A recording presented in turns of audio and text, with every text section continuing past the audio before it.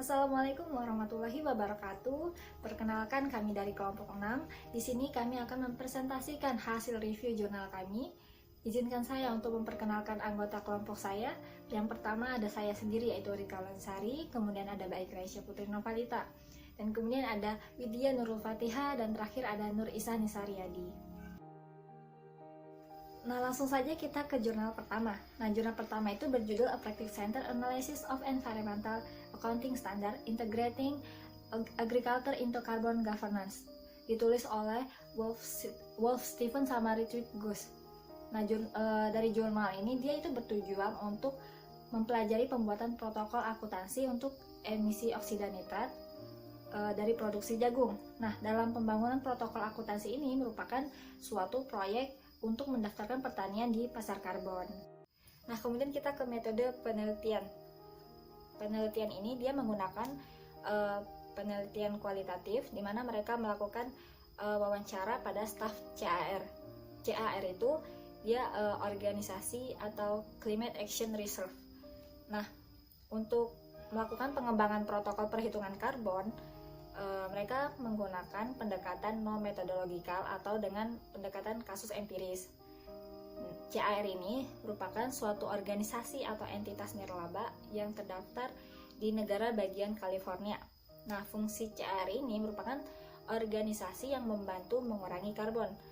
Nah, si CAR ini dia meluncurkan suatu proyek yang dimana proyek tersebut untuk mengurangi emisi N2O. Proyek tersebut yaitu NMPP atau Nitrogen Management Protocol Project. Nah, untuk membangun protokol perhitungan karbon tersebut, mereka menggunakan dua model. Yang pertama yaitu Territorial Dimension of Modeling, dan yang kedua itu Constructing a Baseline. Selanjutnya adalah kesimpulan. Nah, di sini saya ingin bercerita sedikit. Di tahun 2011, CAR itu berusaha untuk mengembangkan suatu protokol standar penyeimbang emisi karbon. Untuk mewujudkan hal tersebut, CAR berusaha untuk mendirikan suatu proyek yang namanya NMPP seperti yang dijelaskan oleh rekan saya sebelumnya.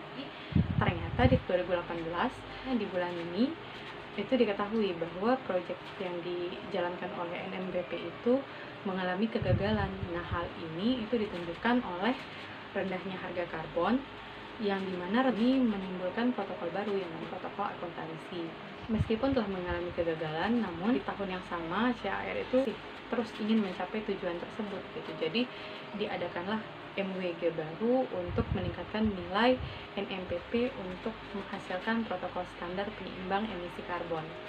Nah, dari sini kita tahu kalau misalkan CAR itu sendiri adalah organisasi yang ingin membentuk protokolnya, sedangkan MWG itu adalah eventnya, sementara NMPP itu adalah projectnya atau pendekatan untuk menghasilkan protokol standar penyeimbang emisi karbon. Setelah dilakukan uji percobaan kedua, ternyata di sini masih mengalami kegagalan juga gitu. Setelah dilakukan uji penghitungan karbon dan memperoleh fakta empiris bahwa tidak menghasilkan perubahan apapun gitu dalam praktik pertanian maupun fluks karbon. Namun dalam hal ini terdapat sisi positifnya. Nah, yang pertama di sini pemahaman kita terkait dengan tata kelola karbon itu lebih meningkat, dan yang kedua itu adalah munculnya inovasi baru, gesekan perubahan teknis dan kelembagaan. Faktor kegagalan dari penelitian ini itu adalah yang pertama, minimnya data yang diperoleh, kedua, rendahnya pemahaman terkait objek yang diteliti, dan yang ketiga, tantangan heterogenitas baik dalam permodelan maupun perangkat yang digunakan. Selanjutnya adalah kelemahan dan kelebihan. Jadi, menurut kami di sini yang menjadi kelemahan dari jurnal ini adalah jurnal sulit dipahami, yang pertama. Yang kedua, minimnya data sehingga terjadi kegagalan dalam penelitian. Kemudian yang ketiga, kurangnya penjelasan dasar terkait topik yang diteliti. Dan yang keempat, kurangnya penjelasan terkait alur penelitian.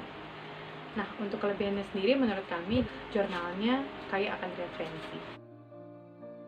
Saya Nisa, saya di sini ingin menjelaskan jurnal pengaruh pengetahuan tentang pedoman akuntansi pesantren terhadap penyajian laporan keuangan pesantren oleh Verlinda Ainur Rahmani. Yang pertama itu ada tujuan. Penelitian ini bertujuan untuk menguji pengaruh pengetahuan pedoman akuntansi pesantren terhadap penyajian laporan keuangan pesantren. Selanjutnya itu ada metode penelitian. Penelitian ini menggunakan penelitian kuantitatif. Jenis data yang digunakan itu adalah data primer. Lalu sumber data diperoleh dengan menyebarkan kuesioner secara langsung ke pengelola pondok pesantren. Populasi dalam penelitiannya itu seluruh pengelola pondok pesantren di Kabupaten Pekalongan. Untuk selanjutnya akan dijelaskan oleh Widya Nurul. Terima kasih. Baik, saya akan menjelaskan terkait hipotesisnya, kesimpulannya, lalu kelebihan dan kekurangannya.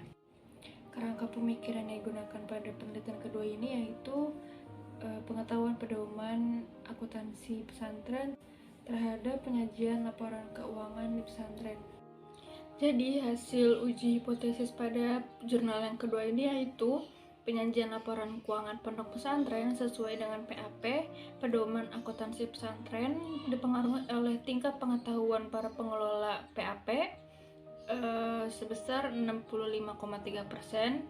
Ini didukung pada nilai p-value-nya itu kurang dari 0,01, tepatnya itu 0,65, sehingga bisa dinyatakan pedoman akuntansi pesantren berpengaruh positif yang signifikan terhadap penyajian laporan keuangan pesantren. Jadi hasil kesimpulannya pada jurnal kedua ini yaitu adanya hubungan antara tingkat pengetahuan atas PAP, pedoman akuntansi pesantren, terhadap penyajian laporan keuangan pesantren. Nah, ini itu bisa menjadi concern juga bagi pemerintah untuk tetap memberikan sosialisasi dan akses terhadap pedoman akuntansi yang berlaku bagi pondok-pondok pesantren yang lainnya. Terus bisa memberikan regulasi yang berkaitan dengan pondok pesantren. Kekurangan yang pertama pada jurnal yang kedua ini yaitu bahasa yang sulit dipahami, sehingga kami para pembaca itu kesulitan menafsirkan maksud dari tulisan atau penulisan pada penelitian yang kedua ini. Lalu yang kekurangan yang kedua yaitu adanya keterbatasan data pengambilan hipotesis terhadap penyajian laporan keuangan pesantren. Lalu kelebihan pada jurnal yang kedua ini yaitu yang pertama lebih menekankan pada sumber data primer dengan cara penyebaran kuesioner secara langsung. Lalu yang kedua itu pemaparan jurnal yang mudah dipahami. Sekian dari kami, kurang lebihnya mohon maaf. Assalamualaikum warahmatullahi wabarakatuh.